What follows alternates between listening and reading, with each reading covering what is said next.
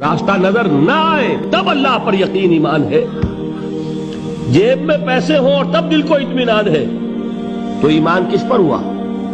پیسے پر، اللہ پر نہیں. جب وسائل و ذرائع نہ ہو اور پھر یقین ہو کہ اللہ مسبب الاسباب ہے، وہ اسباب کا پابند نہیں ہے، وہ اسباب کا محتاج نہیں ہے، اسباب اس کے محتاج ہیں. اگر یہ یقین ہے تو اللہ پر ایمان ہے، یہ نہیں ہے تو تمہارا ایمان اسباب پر ہے، وسائل پر ہے، ذرائع پر ہے، مادیات پر ہے، اللہ پر نہیں. اس وقت کہاں راستہ تھا؟ کوئی راستہ تھا؟ سمندر ہے اور ادھر سے لشکر آ گیا ہے. کلا ان معی ربی سیہدین.